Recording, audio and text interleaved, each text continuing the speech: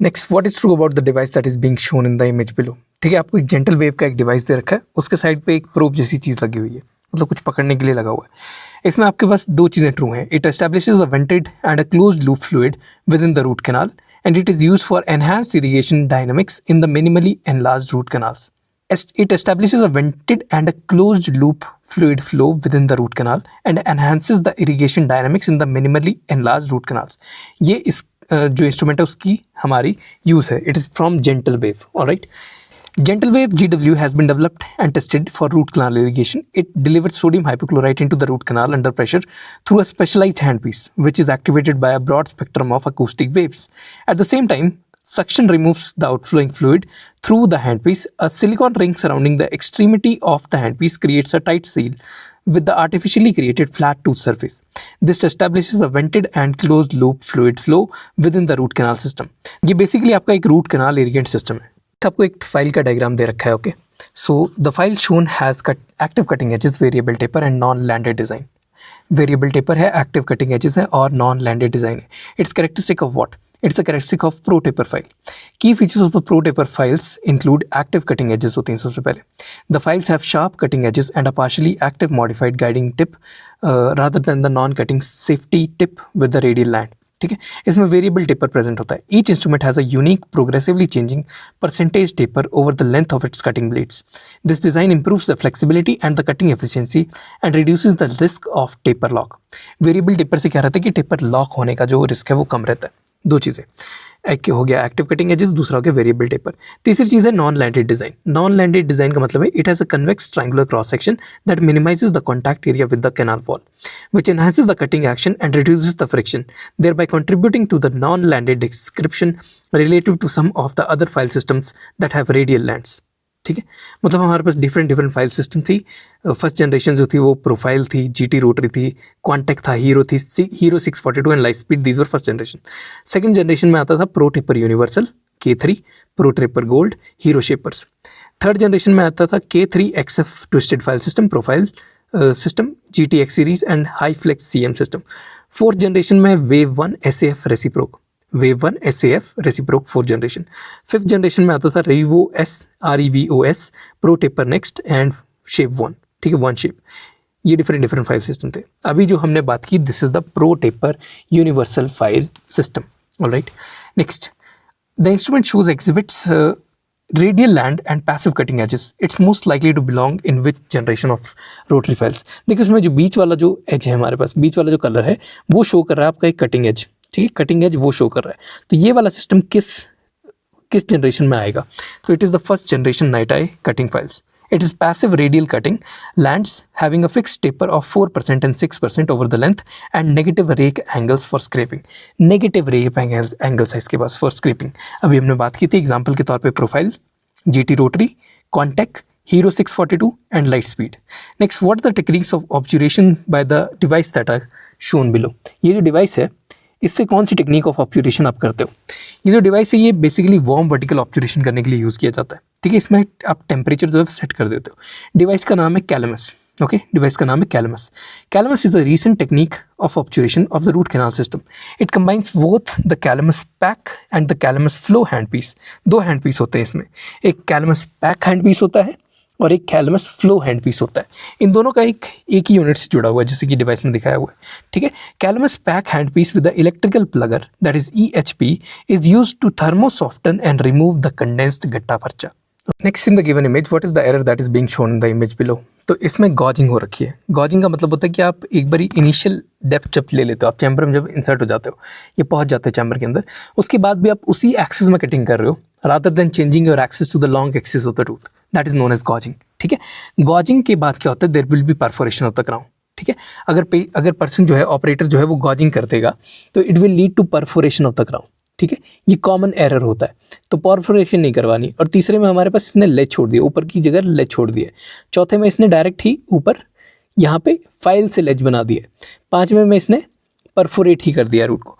ठीक है, so these are the common errors that can occur. Alright, gouging तब होती है when we do not direct the bur to the parallel to the long axis of the tooth after initial entry to the chamber, initial entry to the pulp chamber. उसके बाद आती है discoloration. ठीक है।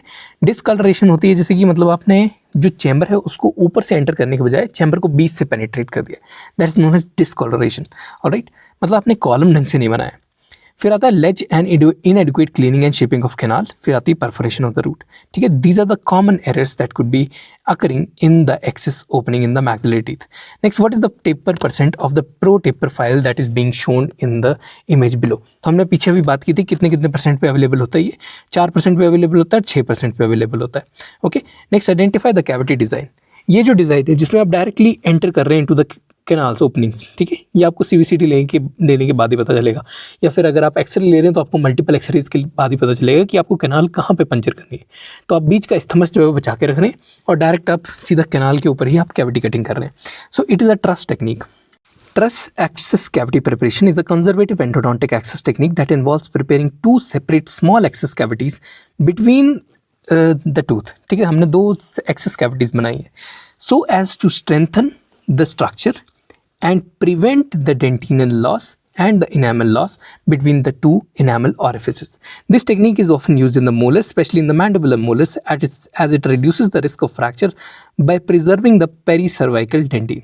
ठीक है, इसमें आप पेरीसर्वाइकल डेंटिन को जो है वो बचा के रख रहे होते हैं। ट्रस टेक्निक में ट्रेडिशनल जो एक्सेस कैविटी बनाते हैं वो नहीं बनाते हैं। ठीक है, ट्रेडिशनल एक्सेस कैविटी ऐसी दिखाई देती है, उसमें हम पूरा एक्सेस बना रहे हैं जहाँ पे हमें आइडिया है कि यहाँ पे कैनाल हो सकती है। उसके बाद आती है कॉन्जर्वेटिव एक्सेस कैविटी। कॉन्जर्वेटिव में आप एक स्मॉल एक्सेस कैविटी बनाते हो और इसी के एक्सेस कैविटी के एंगुलेशन में आप कैनाल्स को लोकेट करके वहाँ पे उनकी क्लीनिंग और डिब्राइपमेंट करते हो। फिर उसके बाद आती है ट्रस कैविटी। देखो ट्रस में देखो क्या कर रहे हैं हम, सिर्फ ऑरिफिस के ऊपर ही हम कैविटी कटिंग कर रहे हैं। ठीक है, इसमें आपको या तो CVCT लेना पड़ेगा या फिर मल्टीपल एंगल्ड रेडियोग्राफ्स लेने पड़ेंगे so as to locate exactly where the canal is present. उसके बाद आती है अल्ट्रा कंजर्वेटिव कैविटी प्रिपरेशन। ठीक है, इसमें आप एक छोटी सी कैविटी प्रिपरेशन कर रहे हो और इसी कैविटी प्रिपरेशन के थ्रू आप सभी कैनाल्स को एक्सेस करने की कोशिश करते हो। नेक्स्ट, इसमें आपको एक रेडियोग्राफ दे रखा है। ठीक है, सो an asymptomatic tooth has a deep caries on the occlusal surface, radiograph is attached and the mass is most likely to be what? देखो एक टूथ के नीचे आपको एक रेडियो ओपेक मास दिखाई दे रहा है। So what is it? It is condensing osteitis. ठीक है, condensing osteitis is a relatively common condition and it manifest as an area of radio opacity in the bone usually adjacent to the tooth that has a large restoration or an endodontic therapy. Although occasionally it may lie adjacent to what appears to be sound tooth, it is usually asymptomatic in nature.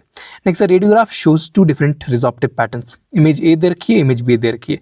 Based upon the descriptive findings, identify the correct interpretation between them. इसको देखो, image A में आपको जो है वो root नीचे से dissolve होती स्टार्ट होती है और इमेज बी में आपका जो रूट है वो अंदर से डिजॉल्व हो रहा है। इसमें आपका जो पेटेंसी ऑफ जो कैनाल है वो चेंज हो गया है। ठीक है, it is ballooning in the canal. यहाँ पे आपकी पेटेंसी ऑफ कैनाल प्रेजेंट है। ठीक है, सो ऊपर वाला जो था it is external root resorption और अंदर वाला जो है, नीचे वाला जो है, that is internal root resorption. Image A is showing external root resorption and image B is showing internal root resorption. बस हमें ये आइडेंटिफाई करना था। नेक्स्ट इमेज दे रखी है आपको और पूछा कि what is the function of the instrument that is given here. Okay, तो वो it is for post space preparation. ये जो इंस्ट्रूमेंट है वो पोस्ट स्पेस प्रिपरेशन के लिए आपका यूज़ होता है। जो ऊपर वाला इंस्ट्रूमेंट है हमारे पास, दिस इज अ जीजी ड्रिल। ठीक है, ये ऊपर वाला इंस्ट्रूमेंट जो है वो जीजी ड्रिल है और नीचे वाला इंस्ट्रूमेंट जो है that is a piezo reamer. Alright, नीचे वाला रिमर जो है वो पीजो रिमर होता है। गेट्स ग्रिड ड्रिल्स होती है, उसमें फ्लेम हेड होते हैं, लॉन्ग शाफ्ट होती है, लिटिल कटिंग एजेस होती हैं, साइज होता है फ्रॉम #1 to #6। ठीक है, 0.5 से 1.5 मिलीमीटर तक की इसकी कटिंग डायमीटर होता है। 750 to 1500 RPM तक इसका ब्रशिंग स्ट्रोक रहता है।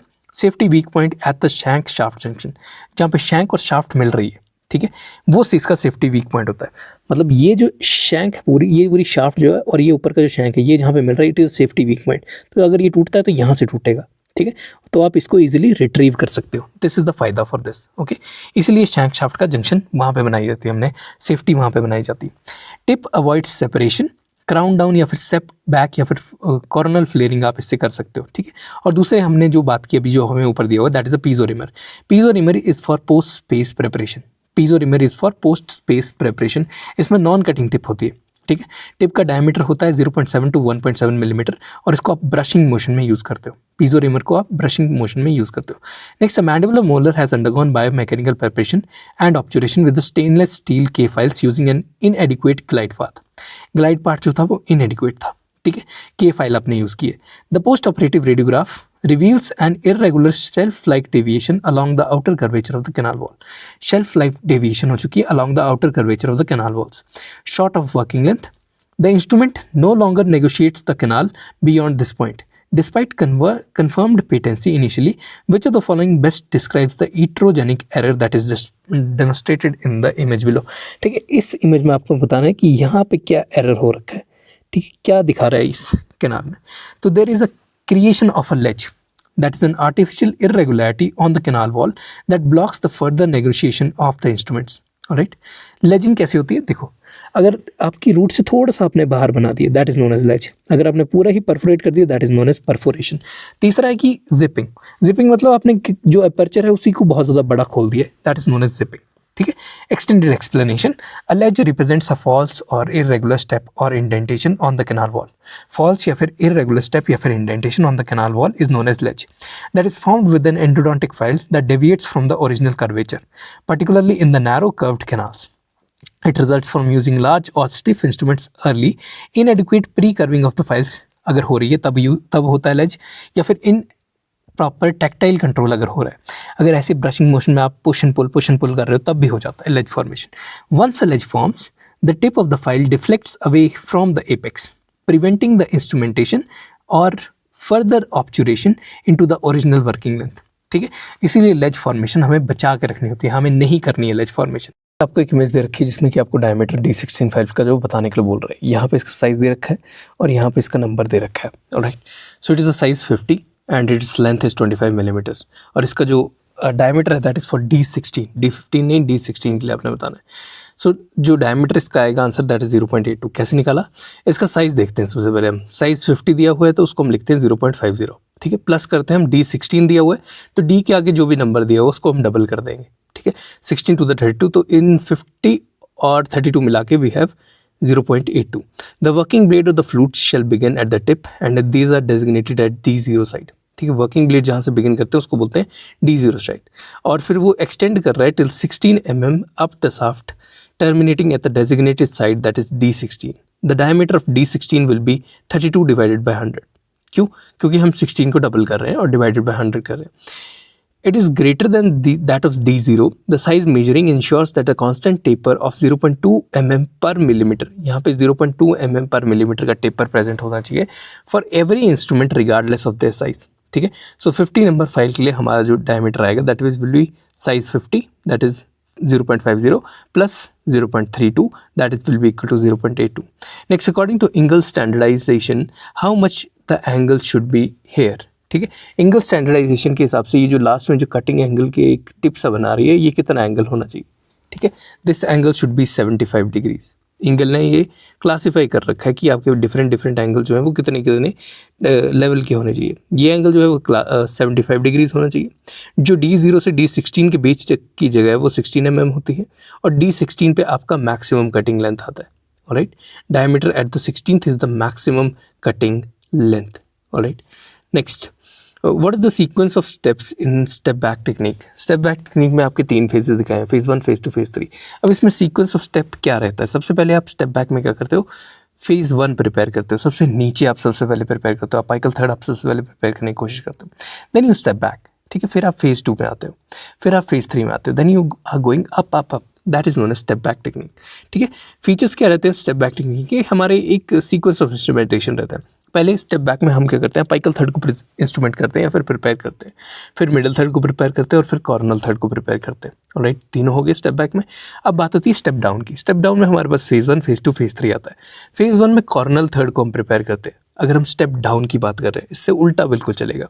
पहले हम कॉर्नल थर्ड प्रिपेयर करेंगे, फिर middle third and then apical third. फिर आता है हाइब्रिड। हाइब्रिड में क्या होता है कि सबसे पहली जो चीज़ हम प्रिपेयर करते हैं that is Cornell third. Cornell third से हिंड्रेंस रिमूव कर दी, उसके बाद हम सीधा अपाइकल थर्ड को प्रिपेयर करते हैं। ठीक है, कॉर्नल थर्ड से हिंड्रेंस रिमूव कर दी, फिर हम स्मॉलर फाइल्स लेके अपाइकल थर्ड को प्रिपेयर करने की कोशिश करते हैं, that is a hybrid technique. Alright, फिर अपाइकल थर्ड प्रिपेयर होने के बाद we will go for the middle third. ठीक है, this is the hybrid technique. Next, the NiTi type files shown in the image belongs to which generation?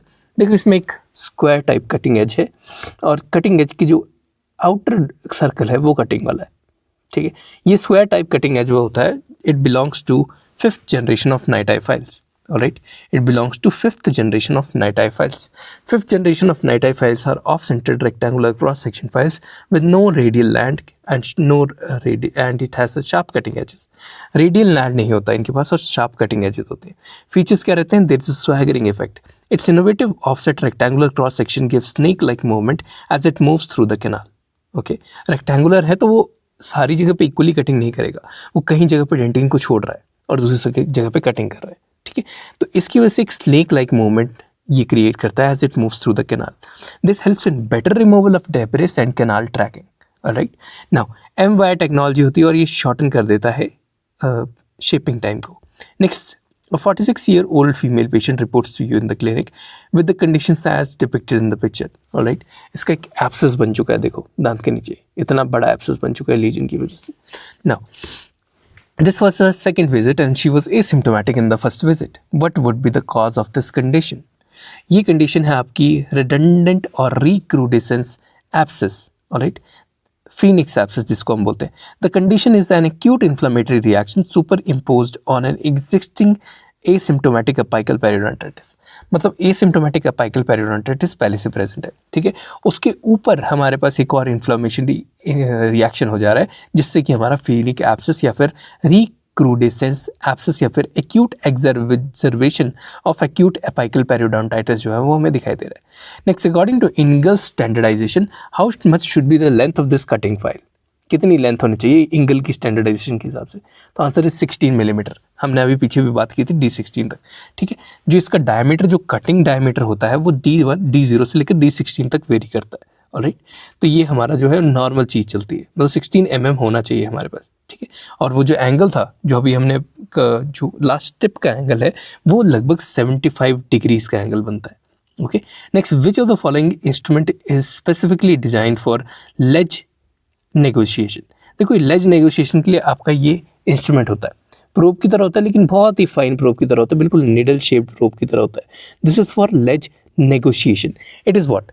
It is known as ELES instrument. क्या बोलते हैं इसको? ELES instrument बोलते हैं इसको, ledge removal instrument, और it is known as micro explorer. It is used to explore and penetrate the canal. It is used to explore and penetrate the canal. Ledge removal instrument with the diamond coating, that is ELES, is to bypass, eliminate or reduce a ledge and enlarge the orifice of the original pathway. Next, एक simple image दे रखी है और बोला है कि इसका function बताओ. What is its function? ऊपर लिखा हुआ है Calibra silane. It's a coupling agent. It's a chemical bond between the glass filler and resin matrix. Okay, silane forms silicon oxygen silicon bonds, improving the filler resin adhesion. Silane coupling agents जो होते हैं, they are used to increase the bond strength and they are applied onto the restoration surface. Next, identify the device that is in image. It is a Toffelmayer. कौन सा device है? Toffelmayer है. अब इसमें जो एक चीज़ दिखाई हुई जो कि मार्क नहीं की हुई है, it is used to retain the matrix band around the posterior tooth for amalgam filling. ठीक है, Toffelmayer holds the matrix band in circumferential class 2 restorations and Toffelmayer matrix retainers, also known as universal retainer systems, are used for class 2 retainer system. इसमें outer knob होती है, inner knob होती है. उसके बाद एक डायगोनल स्लॉट होता है जो कि आगे से पीछे तक मूव करता है, जो कि रिसीव करता है अपने मैट्रिक्स बैंड को, मेटालिक मैट्रिक्स बैंड को. फिर स्पाइनल पिन होती है. There is a spinal pin that stabilises and holds the diagonal slot. Spinal pin वही वाली जो हमारा स्क्रू जैसा हिस्सा होता है. और जो बाहर वाला स्लॉट होता है, सबसे बाहर होता है, that is known as outer slot to hold the position of the band. Next, bevelled pre threaded needle is shown. It minimises what? It's a bevelled needle. Alright, it's a bevelled pre threaded needle. ठीक है, ये needle की deflection during injection को prevent करता है. Septoject design ensures precise anaesthesia with reduced deflection of the needle. A Septoject needle is a sterile single use dental needle that is manufactured by Sectodont for the routine administration of local anesthetics. It is made from high-grade surgical stainless steel and is designated for the use of dental cartridges syringes. Triple bevel design होता है. Ultra sharp triple bevel tip allows for smoother tissue penetration which minimizes the patient discomfort and minimizes the tissue trauma. Silicon coated cannula होता है इसके साथ. The needle cannula is also polished and siliconised to further reduce the friction and enhance the patient comfort during injection. Comfort increase करवाना हम जैसे भी करें. High grade stainless steel आपकी यहाँ पे यूज होती है. The tubing is made up of high quality surgical stainless steel to provide excellent flexibility and reduce the risk of needle bending and breaking during the procedure. Colour coded hubs होती हैं, sterile packages में होती है, multiple sizes में available होती है. Next, the action potential in a motor end plate rapidly spreads to the central portion of the muscle cells by the means of what? These spread by the means of transverse tubules. ठीक है, जो transverse tubules होते हैं they are known as T tubules. These are invaginations of the cell membrane rich in several ion channels and other proteins that are devoted to critical task of excitation, contraction, coupling in cardiac muscle cells that is cardiomyocytes. Next image दे रखी है, बोल रहा है कि ये graph जो है ये क्या चीज़ रिप्रेजेंट करता है. It is representing phlebogram. क्या रिप्रेजेंट कर रहा है? Phlebogram. Inspection of the jugular vein pulsations is routinely done in the bedside examination of the neck veins. It provides a valuable information about cardiac function. इसको हम बोलते हैं phlebogram, जिसमें A wave होती है, X होती है, C वेव होती है, X1 होती है, V होती है और Y हमारे पास प्लॉट्स होते हैं. देखो, जो मेन कॉज रहता है फॉर इट टू स्टॉप या फिर blood flow to stop from the vein to heart is due to atrium systole. At these times the pressure in it increases. जो वीनस वेन्स होती हैं, बड़ी बड़ी वेन्स, उनके अंदर प्रेशर इंक्रीज करता है. इन प्रेशर चेंजेस को हम प्लॉट जब करते हैं तो उसको हम कहते हैं phlebography. This is identify the intracoronal bevel from the diagram. ठीक है, तो intracoronal bevel this is a concave form of bevel. इसको देख सकते हो आप, it's a concave bevel. Okay, ठीक है. अगर हम हॉलो ग्राउंड्स की कनकेव बेवल्स की बात करें तो any bevel prepared in the concave form is a concave bevel. It allows space for the cast material bulk and improves the retention and resistance of the preparation. It is ideal for class 4 and class 5. जो concave bevel है वो ideal होता है for class 4 and class 5. हमारे पास different तरह के bevels होते हैं. Okay, first we have partial bevel. Partial bevel एक बहुत ही छोटा सा bevel देते हो. Partial bevel के बाद आपका आता है short bevel. ठीक है, शॉर्ट बेवल थोड़ा सा उससे बड़ा होता है. उसके बाद आता है लॉन्ग बेवल. लॉन्ग बेवल आपका एकदम कॉन्टिन्यूस बेवलिंग में जाता है. पार्शियल मतलब हल्का सा नॉच जो है जहाँ से एक राइट एंगल बन रहा है वहाँ पे हम उसको राउंड ऑफ कर रहे हैं. शॉर्ट बेवल मतलब हम इसको थोड़ा सा ज़्यादा गोल कर रहे हैं और लॉन्ग बेवल मतलब हम स्ट्रेट लाइन बेवल दे रहे हैं. ठीक है, फिर आता है फुल बेवल. फुल बेवल हम जहाँ से हमारी कैविटी प्रिपरेशन एंड कर रही है, नीचे का फ्लोर जो है, फ्लोर से ही ऊपर तक एक पूरा बेवल देंगे, that is known as full bevel. Counter bevel आता है उसके बाद. काउंटर बेवल मतलब हम पूरा ऐसे करके, ऐसे जब हम ग्राउंड प्रिपरेशन कराते हैं तो पूरा बेवल देते हैं हम दांत के ऊपर. ठीक है, जहाँ जहाँ पे सरफेस पे हमें रिड्यूस करना है उसको, that's a bevelling that is being given. उसके बाद आता है हॉलो राउंड बेवल. ठीक है, हॉलो राउंड बेवल में भी आप, ये एक तरह का फुल बेवल नहीं होता, it's a short bevel kind of thing, but it is having a rounded shape. ठीक है, एक कर्वेचर में आप ये बेवल जो है वो देंगे. Next for size number 50 instrument, the diameter is at D16 is what. तो डायमीटर हमने पीछे भी बात की थी, इट विल बी 0.82. ठीक है, 50 नंबर का इंस्ट्रूमेंट है, 16 का डायमीटर पूछ रहा है. 16 mm पे इसकी 0.02% का टेपर हम लगा के चलते हैं. सभी के लिए 0.2% का टेपर लेके चलते हैं. सो 16 दूने 32 कर देंगे. ठीक है, 2% से मल्टीप्लाई करने 16 × 2 डिवाइडेड बाई 100. 16 दूने 32 आ जाएगा, 50 नंबर है, 0.50 उससे आ जाएगा, प्लस जब इन दोनों को करेंगे तो इट विल बी 0.82. ठीक है, next the function of radial land is to do what. Radial land reduces the tendency of the file to thread into the canal. It reduces the tendency of the file to thread into the canal. ठीक है, and it supports the cutting edges and limits the depth of cut. ये support करता है cutting edges को और limit कर देता है the depth of the cut. Next, when delivered with a passive needle irrigation, solutions have been shown to progress only -mm farther than the tip of the needle. Answer is 1 mm. Traditionally, fluids have been dispensed passively into the root of the root canals by a syringe and a needle. When delivered with a passive needle irrigation, the solution have been shown to progress only 1 mm farther than the tip of the needle. मतलब जब आप tip को, needle की tip को जैब करके root canal के अंदर डालते हो सोल्यूशन को, वो सिर्फ 1 मिलीमीटर अंदर ही जाता है और बाकी सारा जो है वो बैक फ्लो होकर बाहर आ जाता है. ठीक है, enlarged apical canals need a finer needles that are likely to allow increasing deeper needle placement, and this improvement, debridement and disinfection of canals is improved. ठीक है, मतलब डिब्राइबमेंट और डिसइंफेक्शन कैनाल की जो है इंप्रूव हो जा रही है through the thorough cleaning of the most of the apical part, and any preparation that is remaining difficult specially in the narrow and curve canals can be clean by this. लेकिन answer यही है कि हमारा जब हम जैब करते हैं needle को तो वो ज़्यादा से ज़्यादा 1 mm ही ज़्यादा नीचे जा सकता है नीडल से. Alright, next the 3D in pain control includes all except what. 3 Ds in pain control में आता है डायग्नोसिस, डेफिनेट डेंटल प्लान, और definite dental treatment and drugs. तीन चीज़ें, diagnosis, definite dental treatment and drugs. Disease नहीं आता 3D के अंदर, ठीक है। डायग्नोसिस आता है, डेफिनेट ट्रीटमेंट प्लान आता है, या फिर डेफिनेट डेंटल ट्रीटमेंट आता है, और ड्रग्स आते हैं। ड्रग्स में हमारे पास pre treat with the non steroidal anti inflammatory drugs और NSAIDs, that is acetaminophen when appropriate, use long acting local anaesthetics when indicated, use a flexible prescription plan and prescribe by the clock rather than as needed. Prescribe by the clock rather than as needed, मतलब उसको आपने खुद बताना है कि जब मन करेगा तब नहीं खा लेना है, जब दर्द हो रही तभी नहीं खा लेना है। आपको एज अ क्लॉक प्रिस्क्राइब करना है कि दिन में इतना लेना है, इतने टाइम पे लेना है। ये चीज़ें होती है 3D के अंदर। Next, identify the bacteria that is marked by red in the arrow in the given diagram. इस डायग्राम को देख के तो कुछ पता नहीं चलेगा, but let's, it's F nucleatum. What is it? It is F nucleatum. और ये जो चीज़ दिखाई गई है, it is a bridging mechanism. Next, broad sheets of small monotonous round cells with well-delineated nuclear outlines and ill-defined cellular borders are seen. Affects younger age group. What is this condition?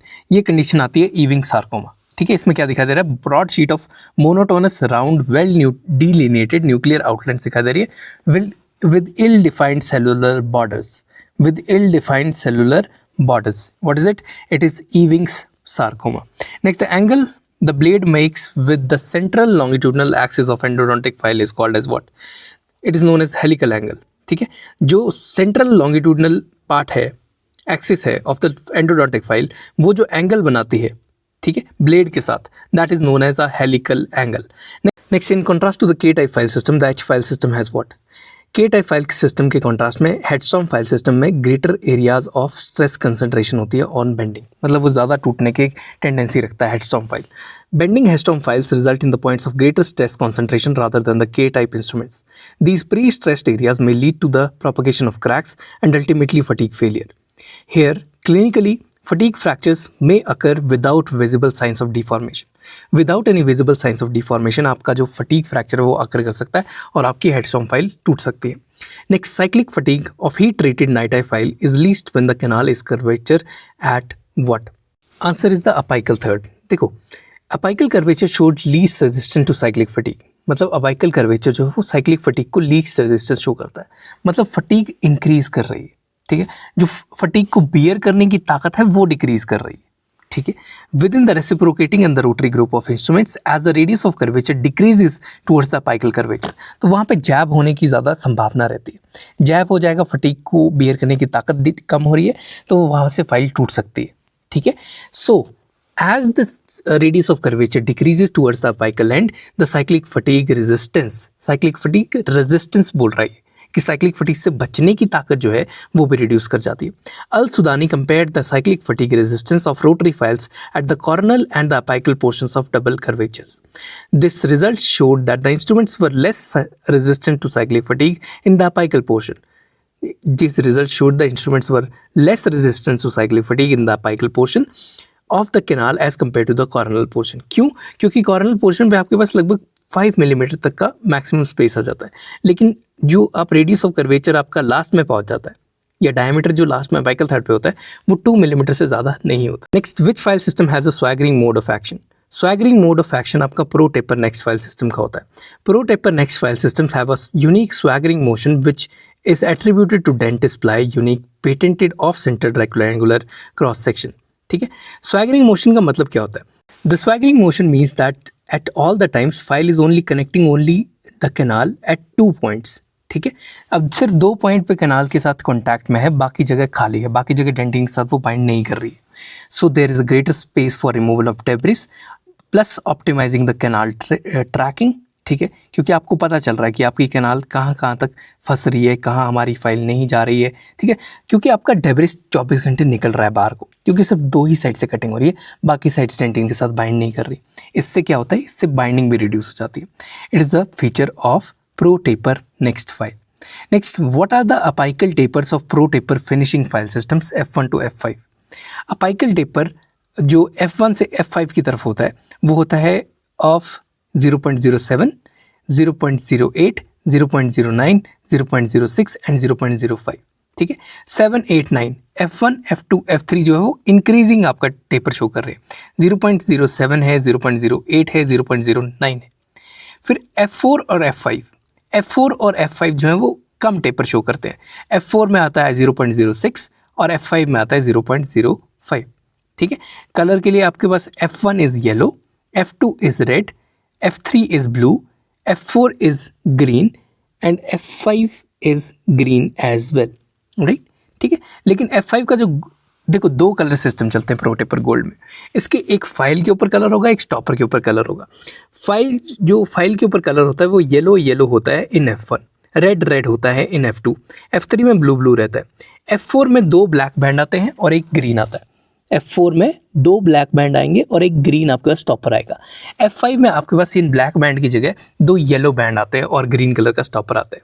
ठीक है, 5 finishing file systems termed as F1, F2, F3, F4, F5 have yellow, red, blue, double black, double yellow identification rings on their handles and they correspond to the diameter D0, diameters of 0.20, 0.25, 0.30, 0.40 and 0.50 respectively। ठीक है, ये D0 diameter की बात कर रहा है, 0.20, 0.25, 0.30, 0.40, 0.50। अब इसका टेपर कितना बनेगा? टेपर बनेगा F1 का बनेगा 7%, दैट इज 0.07 जो अभी ऊपर बात की है। F2 का बनेगा 8% टेपर। ठीक है, F2 इज रेड होता है, 8% टेपर होता है उसका, दैट इज 0.08। फिर F3 का बनता है 9% टेपर, दैट इज 0.09। फिर F4 का बनता है जिसपे दो ब्लैक बैंड है और एक ग्रीन स्टॉपर लगा है, इसका बनता है 6% टेपर, 6%, दैट इज 0.06। F5 जिसमें दो येलो बैंड है और एक ग्रीन कलर का स्टॉपर लगा है, उसमें बनता है 5% taper. Next, the cutting gauge of K-Flex file is what? Cutting gauge of K-Flex file is 6 to 80. Cutting gauge of K-Flex file by Kerr, K-E-R-R, is 6 to 80. इसमें rhombus stem होती है, it facilitates the removal of debris by increasing the clearance between the foil and the dentinal wall. ठीक है, by increasing the clearance between the foil and the dentinal wall. इसमें sharp rhombus angles होते हैं, improving the cutting efficiency from the 6 gauge to 80 gauge. ठीक है, sharp rhombus angles होंगे जिससे cutting efficiency improve होती है। It ranges from 6 gauge to 80 gauge. K flex file system, it's a kind of twisted file system. ठीक है, cutting gauge of K flex file is 6 to 80, 6 से 80 number. Next, identify the generation of rotary file system. ये जो rotary file system है इसको identify करना है, पूरी तरह से बेंडेड भी है और स्ट्रेट भी काम कर सकती है। इसका नाम है हाईफ्लेक्स CM, HYFLEX CM। हाईफ्लेक्स CM जो है वो थर्ड जनरेशन ऑफ हमारी फाइल सिस्टम के अंदर आता है। थर्ड जनरेशन में मेन डेवलपमेंट जो था वो मटेरियल डेवलपमेंट के ऊपर था। ठीक है, मेन फोकस ही मटेरियल डेवलपमेंट के ऊपर था। इसमें R फेज आता है, कंट्रोल्ड मेमोरी वायर डाल दी जाती है, martensite, austenite electro polishing wire डाल दी जाती है, that is known as max wire. इसको फ्लेक्स वायर भी बोलते हैं, इसलिए फ्लेक्सिबल रहती है। ब्लू वायर होती है, गोल्ड वायर होती है जो डेवलप करी गई थी और उनकी फटीग रेजिस्टेंस को चेक किया गया था with that of the night I.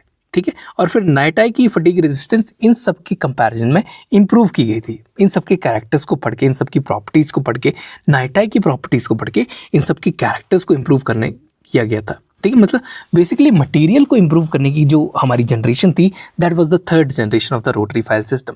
ठीक है, जो हमारा ऑप्शन था that was HyFlex CM, third generation rotary file system. Next, which of the following file uses M wire technology? M wire technology आपकी वेव 1 फाइल सिस्टम जो है वो use करती है। M wire technology by Wave 1 file system. इसमें तीन चीज़ें आती हैं हमारे पास। Mode of action introduced by system use and material. Mode of action is reciprocation clockwise and anti clockwise. जब रेसिप्रोकेशन होती है क्लॉकवाइज एंड एंटी क्लॉकवाइज तो it was introduced by Yared in 2007, YARED in 2007। System जो यहाँ पे use होता है that is ProTaper F2 file system and material is NiTi. Alright, दूसरा आता है multiple reciprocation motion to complete 3 degree rotation.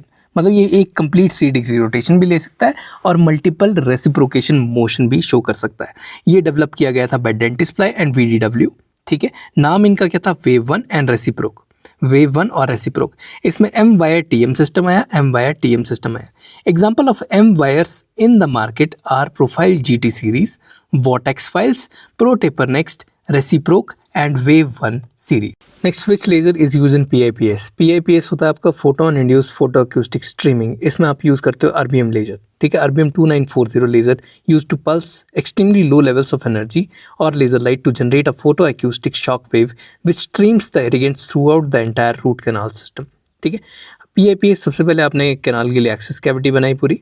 ठीक है, उसके बाद आप इंस्ट्रूमेंट को कैनाल के अंदर डालोगे, नंबर 20 इंस्ट्रूमेंट को।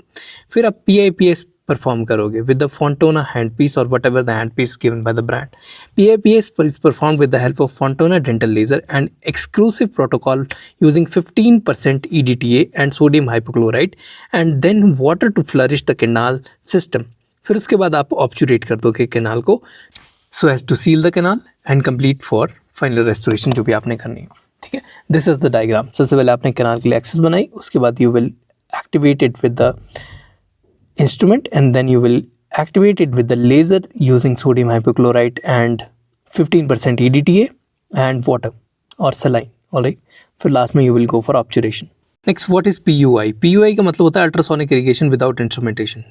Ultrasonic irrigation without instrumentation is the passive ultrasonic irrigation. It represents one of the most used systems to improve the endodontic irrigant's activity. PUI acts increasing the rate of sodium hypochlorite with an increase of the dentinal debris and smear layer removal.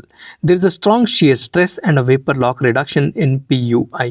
Next, which of these instruments is used for real-time recording of the visual locate reference positioning and works on magnetic technology and it records the biomechanical movements of the mandible. ये जो instrument है जो कि biomechanical movements of mandible के लिए use होता है, उसको रिकॉर्ड करने के लिए यूज़ होता है. इसका नाम क्या है? It is known as Denar Cydax instrument. DENAR-CADIAX. Denar CADIAX compact system is a state-of-art diagnostic tool that will help you to ensure function is a component of your cosmetic dentistry. The system personalizes documentation, communication, and articulator settings for each patient. The assembly and recording process takes less than 10 minutes and functional disorders resulting from the prosthetic treatment not in harmony with the patient's oral function can be avoided. Next, identify the equipment that is given here. ये equipment जिसमें एक probe लगा हुआ reading दिखा रखा है, it is given by Diagnodent. Okay, the Diagnodent uses laser fluorescence to aid in the detection of caries within the tooth structure. As the incidence laser light is dispersed into the site, carious tooth structure will exhibit fluorescence proportionate to the degree of caries, resulting in elevated scale readings on the display. Next, which of the following is hard tissue laser used in dentistry? Hard tissue laser used in dentistry is ERYAG. ठीक है, ERYAG is hard tissue laser used in dentistry. देखो, dental laser दो तरह की हो सकती है, या तो सर्जिकल होगी या नॉन सर्जिकल होगी. सर्जिकल में सॉफ्ट टिश्यू हो सकती है, हार्ड टिश्यू हो सकती है. Soft tissue is diode, NdYAG and carbon dioxide. Diode, NdYAG and carbon dioxide could be used for soft tissue surgeries. Surgical में हार्ड टिश्यू सर्जरी में ERYAG आ जाता है, ERYSGG आता है. ERYAG and ERYSGG plus carbon dioxide in surgical. Next, non surgical में क्या आता है? नॉन सर्जिकल में लो लेवल लेजर थेरेपी आती है. Non surgical low level laser therapy. फिर डायग्नोडेंट आता है. नॉन सर्जिकल में डायग्नोस्टिक आते हैं, जैसे कि KaVo DIAGNOdent, laser Doppler flowmetry. ठीक है, फिर आते हैं मिसलेनियस. मिसलेनियस में PAD laser based curing lights जो वो आती है. ठीक है, हार्ड टिश्यू के लिए कौन सी अपने क्वेश्चन में की? ERYAG. ठीक है, ER वाली ज़्यादातर हार्ड टिश्यू के अंदर ही यूज़ की जा रही हैं. Next, DAS is made up of fibre optics and is use for rod lens endoscope for visualization in the oral cavity. It is used in visualization in the conventional and surgical endodontic treatments. इसको बोलते हैं हम ओरास्कोप. ठीक है, ये जो हमारे पास दिखाया हुआ है, this is a flexible optoscope या फिर fibroscope that is known as oroscope. Alright, it is basically a flexible fiber optic oroscope and is recommended for intracanal visualization. Has a 0.8 millimeter tip and a 0 degree का lens होता है and a working portion that is 15 millimeter in length. The term oroscopy describes the use of either a rigid rod lens endoscope or the flexible oroscope in the oral cavity. The difference between endoscope and oroscope is that the oroscope is made up of fiber optics and endoscope is made up of glass. ठीक है, ओरास्कोप fibre optic का बना होता है, endoscope glass का बना होता है. तो अब इसी बात है, एंडोस्कोप जो है वो ज़्यादा भारी होगा और उसके टूटने के चांसेस भी ज़्यादा रहेंगे. Orascope is relatively safer and better. Next, which of the following CC-LAD system of administering local anaesthetic does not have a foot control? Foot control आपका कंफर्ट कंट्रोल्ड सिरिंज के अंदर नहीं हो रहा. क्यों? क्योंकि आपकी बात ही सिरिंज के बारे में हो रही है, फुट कंट्रोल नहीं होता इसमें. वैंड सिस्टम में आपके पास फुट कंट्रोल होता है, वैंड प्लस में फुट कंट्रोल होता है, कंप्यूडेंट में फुट कंट्रोल होता है. CC-LAD or computer controlled local anesthesia delivery systems enable the regulation of rate of flow of local anesthetics using computers and therefore minimizes the pain by delivering the anesthesia at slowly and a constant level. The first CC-LAD was introduced, that was Wand system, that was introduced in 1997 and some subsequent versions including Wand Plus and Compudent were introduced later. Comfort control syringe जो कि option हमारा गलत है, it was introduced in 2001. It's another device that differs from the band system in a way that it does not possess a foot control. Comfort control system के अंदर हमारे पास foot control नहीं होता. Next, the normal value of the interval that is being shown here is what. ये आपको QRS complex से लेकर T wave जहाँ पे खत्म हो रही है उसके बीच का इंटरवल जो है इसकी वैल्यू कितनी आती है. It is 0.40 to 0.45 seconds. It is QT interval begin from the Q wave and ends at a T wave. ये होता है QT interval. Normal QT interval is 0.35 to 0.43 seconds. ठीक है, लेकिन यहाँ पे जो सबसे पास इसके आंसर है दैट इज 0.40 to 0.45 सेकेंड्स. ठीक है, it denotes the ventricular depolarisation and repolarisation events. Next, lung compliance is increased in what? Lung compliance is increased in emphysema. Emphysema या फिर COPD के अंदर it may be associated with increase in the pulmonary compliance due to the loss of elastic and alveolar tissue in the lungs. Next, organ of hearing is what? कौन सा organ of hearing होता है? Organ of कॉटाई जो होता है that is the only organ of hearing. ना ही cochlea, ना ही सेक्यूल, ना ही semi circular canal. Organ of hearing is the organ of Corti. The primary function of the organ of Corti is transduction of auditory signals. Alright. Next, the body temperature is controlled by what? Body temperature is controlled by hypothalamus. Hypothalamus has major functions like controlling the body temperature, hunger, thirst, and homeostasis in the body. Hypothalamus. Next, hormone to maintain pregnancy is what? Progesterone is the hormone that will maintain the pregnancy. High levels of progesterone are required throughout the pregnancy with levels steadily rising until the birth of the baby. ठीक है, during the first few weeks of pregnancy progesterone produce from the corpus luteum, a temporary endocrine gland of the ovaries is sufficient to maintain the pregnancy. Next, which of the following condition requires oxygen therapy? चार conditions दी हैं. हिपोक्सिक हिपोक्सिया, stagnate हिपोक्सिया, हिस्टोटॉक्सिक हिपोक्सिया, anaemic हिपोक्सिया.